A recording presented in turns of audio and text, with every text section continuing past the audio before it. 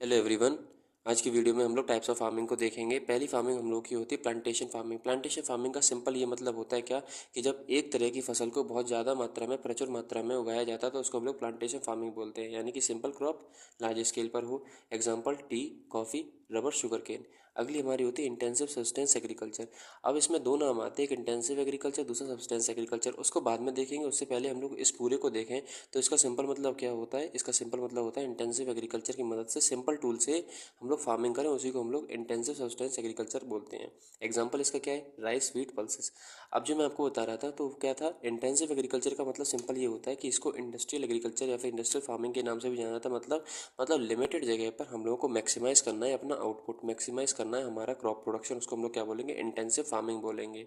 इसका एक सिंपल मकसद क्या होगा कि लिमिटेड जगह पर बहुत ज़्यादा मात्रा में मैक्सिमाइज आउटपुट निकालना ही क्या होगा? हमारा इंटेंसिव फार्मिंग होगा। जब हम लोग सस्टेंस एग्रीकल्चर को करते हैं, कहते हैं, तो इसका सिंपल मतलब ये होता है कि सिंपल टूल से केवल केवल उतनी पैदावार करना जितने कि हमारा उससे भरण पोषण हो सके। इसमें सेल्स या फिर इसमें जो व्यापार होता है उसका कोई मतलब नहीं होता है। केवल उतनी ही पैदावार करी जाती है जिससे कि परिवार की सारी ज़रूरतों को पूरा किया जा सके। अगला हमारा होता है primitive substance agriculture.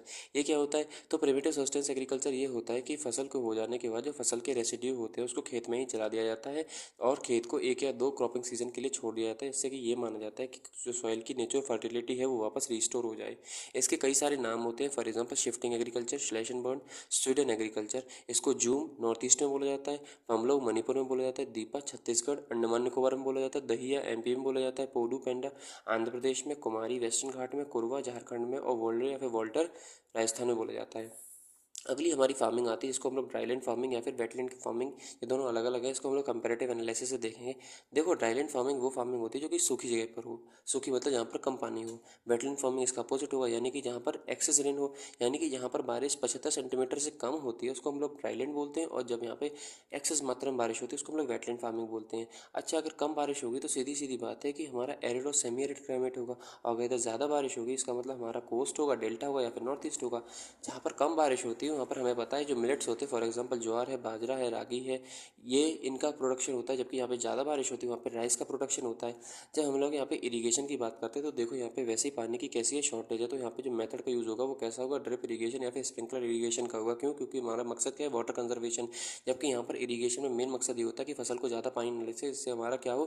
Crop control या फ्लड कंट्रोल हो सके। कोऑपरेटिव फार्मिंग क्या होता है? कोऑपरेटिव फार्मिंग ये होता है कि फार्मर्स जो होते हैं वो अपनी कोऑपरेटिव सोसाइटी फॉर्म कर लेते हैं, जिससे कि मिनिमम रिसोर्सेज का मैक्सिमम यूटिलाइजेशन हो सके और इससे एफिशिएंसी और प्रोडक्टिविटी हमारी बरकरार रहे।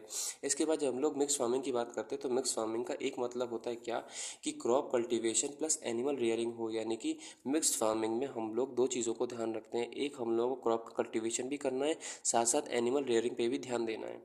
मतलब ये हो गया कि हम लोगों को फसल के साथ साथ जानवरों को भी बनाए रखना है, जिससे कि हम लोगों की मल्टीपल सोर्स ऑफ इनकम हो सके, हम लोग किसी एक चीज़ के ऊपर डिपेंड ना हो। फॉर एग्जांपल, अगर हमारी फसल बर्बाद हो गई तो ऐसा ना हो कि हम लोग के पास पैसे की शॉर्टेज हो, हम लोग एनिमल रियरिंग से अपना गुजर बसर कर सकें, उसको हम लोग मिक्स फार्मिंग बोलते हैं। ये किस एरिया में होता है प्रैक्टिस? तो ये पंजाब, हरियाणा, एमपी, महाराष्ट्र के कुछ हिस्सों में प्रैक्टिस होता है।